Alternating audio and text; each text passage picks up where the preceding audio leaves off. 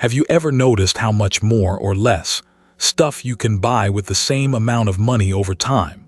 That feeling you get at the grocery store, wondering why everything seems pricier. That's closely tied to something called purchasing power. It's a really important concept to understand, especially right now, and it impacts all of us. So what is purchasing power? Simply put, it's the value of your money, how much goods and services you can actually buy with it. It's not just about the face value of a dollar bill, it's about what that dollar will get you. A dollar today doesn't buy the same amount as a dollar did 10, 20, or 50 years ago. That change is a change in purchasing power. Think about it like this. Let's go back to 1920. A loaf of bread might have cost a nickel. With a dollar, you could buy 20 loaves of bread. Today, a loaf of bread might cost around $3 or $4. That same dollar buys you a fraction of a loaf. The dollar bill still says $1, but its purchasing power has decreased dramatically. The main thing that erodes purchasing power is inflation. Inflation is the rate at which the general level of prices for goods and services is rising, and subsequently, the purchasing power is falling. When prices go up, each dollar buys less. It's a relentless process, although the rate of inflation can fluctuate. Why is understanding purchasing power particularly relevant for us in the US right now? Well, we've seen significant inflation in recent years, higher than we've experienced in decades. This means the cost of everyday things, gas, groceries, housing, healthcare, has been going up quickly. Your paycheck might look the same, but you're likely finding you can't stretch it as far. Understanding purchasing power helps you recognize this isn't just about you feeling like things are more expensive. It's a real economic phenomenon affecting everyone. Let's look at a simple example. Suppose you have $100. If the inflation rate is 2% per year, that $100 will only buy $98 worth of goods and services next year. That $2 lost isn't gone. It's just that the prices of everything have gone up. Over time, this seemingly small loss adds up. Now, let's say you want to save for something big, like a down payment on a house. If you're planning to save $20,000 over 5 years, you need to consider inflation. If the average inflation rate is 3% per year, that $20,000 won't have the same purchasing power in 5 years as it does today.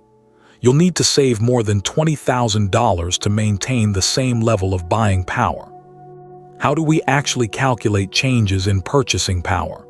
Economists use something called the Consumer Price Index, or CPI. The CPI measures the average change over time in the prices paid by urban consumers for a basket of consumer goods and services. Essentially, it tracks the cost of a typical household's expenses. To calculate purchasing power, you can use a simple formula. Purchasing power equals current value, 1 plus inflation rate. Let's say you had $100 last year, and the inflation rate this year is 4%. Your purchasing power this year would be $100 / 1 plus 0.04 equals $96.15. This means $100 today has the same buying power as $96.15 last year. So what can you do about all this?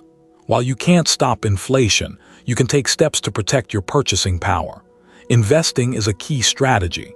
Historically, investments like stocks and real estate have tended to outpace inflation over the long term.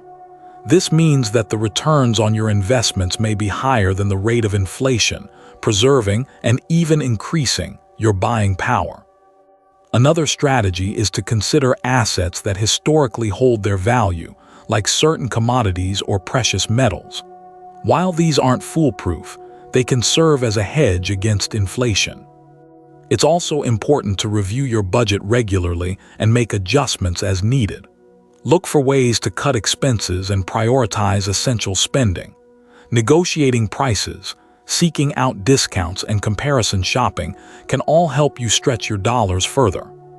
Understanding purchasing power isn't just about economics, it's about financial literacy. It allows you to make informed decisions about your money, protect your savings, and plan for the future. It's about recognizing that the value of money isn't static. It's constantly changing, and you need to be aware of those changes to stay financially secure. To recap, purchasing power is the value of your money, how much goods and services you can buy with it. Inflation erodes purchasing power, meaning your money buys less over time. Understanding the CPI can help you track changes in purchasing power. Investing and careful budgeting are key strategies to protect your buying power.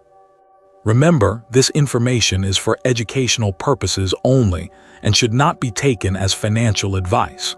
Always consult with a qualified financial professional before making investment decisions.